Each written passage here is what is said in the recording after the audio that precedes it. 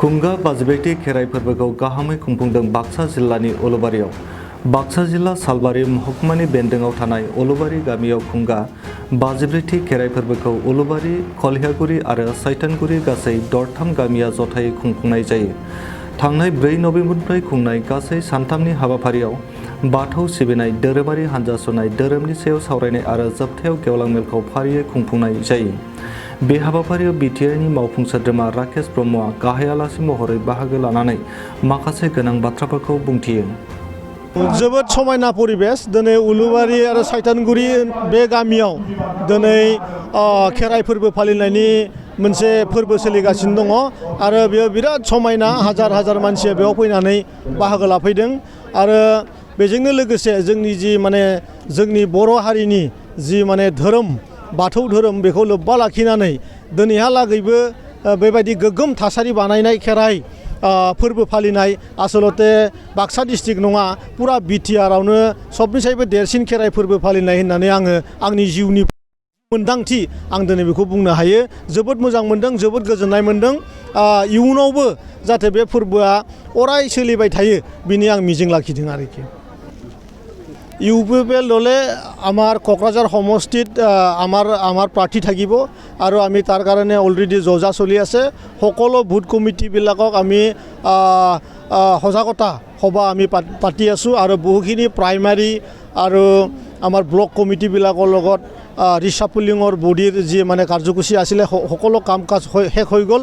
এতিয়া আমি অহা লোকসভা ইলেকশ্যনত ভাৰতৰ প্ৰধানমন্ত্ৰী ডাঙৰীয়াক সহায় কৰাৰ কাৰণে বা বিটিআৰৰ আমাৰ কোকৰাঝাৰ সমষ্টিটো যাতে আমি বেছিকৈ উন্নতি কৰিব পাৰোঁ তাৰ আশা লৈ পেলাই আমি এইবাৰ কোকৰাঝাৰ সমষ্টিৰ পৰা আমাৰ ইউপিপিএলৰ প্ৰাৰ্থী আমি থিয়া কৰাই এই অঞ্চলৰ উন্নতি কৰোৱাত আমাৰ বিজেপি আৰু ইউপিপিএলৰ লগত একেলগে মিত্ৰতা কৰিয়ে আমি আমাৰ এই কোকৰাঝাৰ সমষ্টিত আমি প্ৰাৰ্থী থিয়া কৰাম আৰু বিজেপি আমাৰ ব্ৰিক ব্ৰাদাৰ হিচাপে সদায় আমাক মৰম কৰে আৰু আগন্তুক দিনতো আমাক মৰম কৰিয়ে লৈ যাব। এই কেণ্ডিডেট সিলেকশ্যনৰ প্ৰক্ৰিয়া চলা নাই। ইয়াতে আমাৰ কোৰ কমিটি এটা গঠন কৰা হ'ব। কোৰ কমিটিয়ে ইয়াৰ ওপৰত স্ক্ৰিনিং কৰি পেলাই এই কেণ্ডিডেটৰ নাম মেনশ্যন কৰিব। তালৈ অলপ বহুত দূৰ আছে আৰু কি।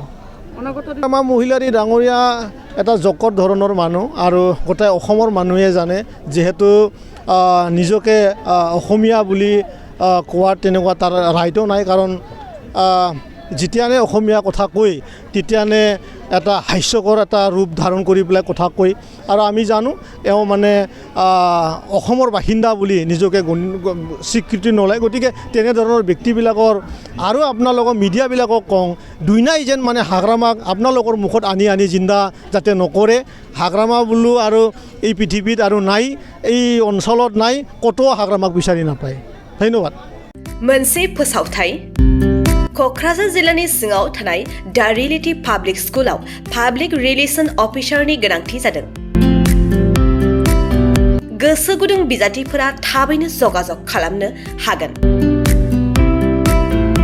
पाब्लिक रिलेशन अफिसारनि थाखाय बिजाथिया इंराजि आयदायाव एमए खालामनाय जानांगोन, नङाब्ला मास कमिउनिकेशन एन्ड जार्नालिज्म आयदायाव एमए खालामनाय जानांगोन।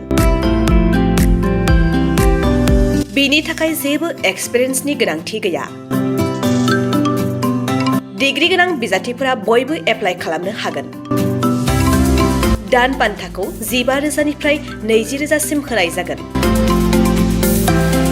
गोसो गुदुं बिजाथिफोरा रियेलिटी पाब्लिक स्कुल @gmail.com आव मेसेज हरनो हागोन, नङाब्ला 9435293000 जानबुं अनजिमायाव जगाजग खालामहरनो हागोन।